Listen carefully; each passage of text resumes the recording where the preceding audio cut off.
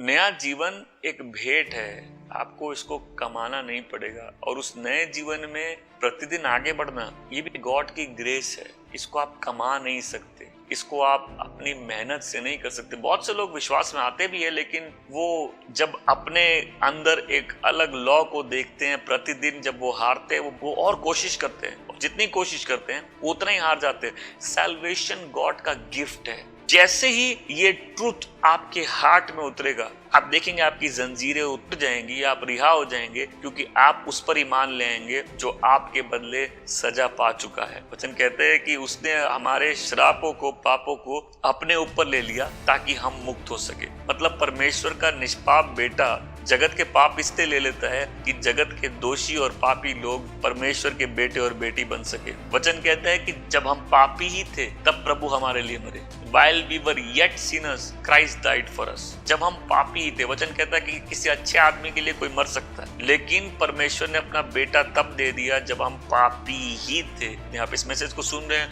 आप बिलीवर बने और प्रतिदिन आप संघर्ष कर रहे कैसे मैं अच्छा बन सकूं, और उस संघर्ष में पूरी तरह हार रहे। याद रखिए, आप में कोई ऐसी बात नहीं, आप कभी भी इतना पवित्र नहीं बन सकते कि परमेश्वर को प्रसन्न करे। कभी भी आप विश्वासी जीवन में अपने कार्यों की उस ऊंचाई में नहीं जा सकते जहां अपने कार्यों के आधार पर आप पिता परमेश्वर की मंजूरी आपके जीवन में मिल सके। ये बिल्कुल परमेश्वर की भेंट है। ये उसका अनुग्रह है कि एक दोषी है जो रिहा कर दिया जाता है और एक निर्दोष को दोष मिल जाती है। परमेश्वर ने संसार से इतना प्रेम किया कि अपने इकलौते पुत्र को दे दिया ताकि जो कोई इस पर विश्वास करे उसका नाश ना हो परंतु अनंत जीवन प्राप्त हो। दूसरे धर्म और हमारे विश्वास में ये फर्क है, दूसरे धर्म में आदमी को वो करना पड़ता है, तपस्या करेगा, वो पहाड़ चढ़ेगा, वो दिए जलाएगा, वो पूजा करेगा। क्यों? क्योंकि उसको परमेश्वर के साथ रिश्ता जोड़ना है या परमेश्वर की नजर में अच्छा बनना है। इसमें यहाँ परमेश्वर ने ऑलरेडी आपके लिए उद्धार का रास्ता खोल दिया है।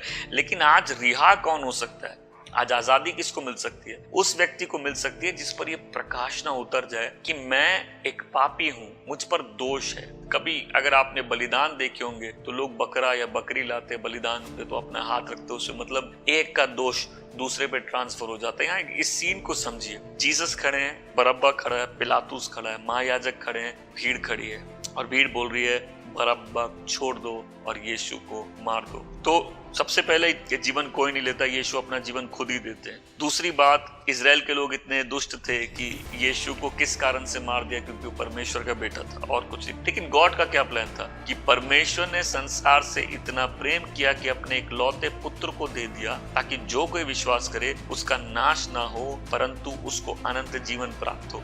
वो बरअब्बा कोई और नहीं, वो हम और आप है। हम है वो बरअब्बा जो रिहा कर दिए गए ताकि यीशु पर मृत्यु आ जाए, यीशु पर हमारी सजा जाए। यीशु ने उसकी जगह ले ली, यीशु ने हमारी सजा ले ली। हम डिजर्व नहीं करते, हम इसके लायक नहीं हैं, लेकिन हमारी चेन खोल दी गई, हमको मुक्त कर दिया गया। आज आप वो व्यक्ति हैं, अगर आप संघर्ष भी कर रहे हैं आप तुरंत आजाद हो जाएंगे जिस समय आपको ये समझ में आएगा कि ये नया जीवन परमेश्वर की भेंट है। मेरे बदले किसी ने ऑलरेडी पेमेंट कर दी है, मुझे कैदी की तरह रहने की जरूरत नहीं है।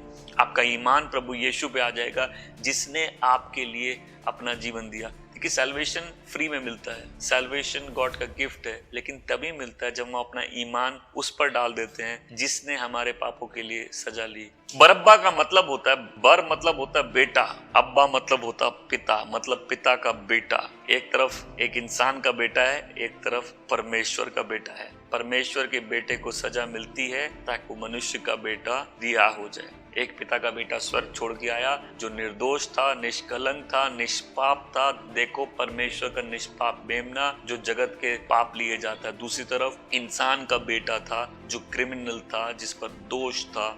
आप अपने आप को पेमेंट नहीं दे सकते, आप अपने आप को नहीं बदल सकते, आप अपना स्वभाव अपने आप नहीं बदल सकते, लेकिन ये परमेश्वर का एक सुपरनैचुरल पावर है कि जहां परमेश्वर ने ऑलरेडी आपके लिए एक बार उस बलिदान को दे दिया है ताकि जो कोई कभी भी कहीं भी विश्वास करेगा परमेश्वर उसको नया जीवन देगा। आप इस मैसेज को सुन रहे हैं, आपकी जो बेड़ियां हैं वो अभी टूट सकती है, आपका कारागार अभी टूट जाएगा अगर आपको ये सत्य महसूस हो जाएगा। आप में से बहुत से लोग विश्वासी भी अपनी डेली लाइफ में स्ट्रगल कर रहे प्रभु के पीछे चलने में, क्योंकि आप खुद से उस काम को करने की कोशिश कर रहे। जब आपको समझ में आएगा सैल्वेशन गॉड का गिफ्ट है, आप इसको अर्न नहीं कर सकते।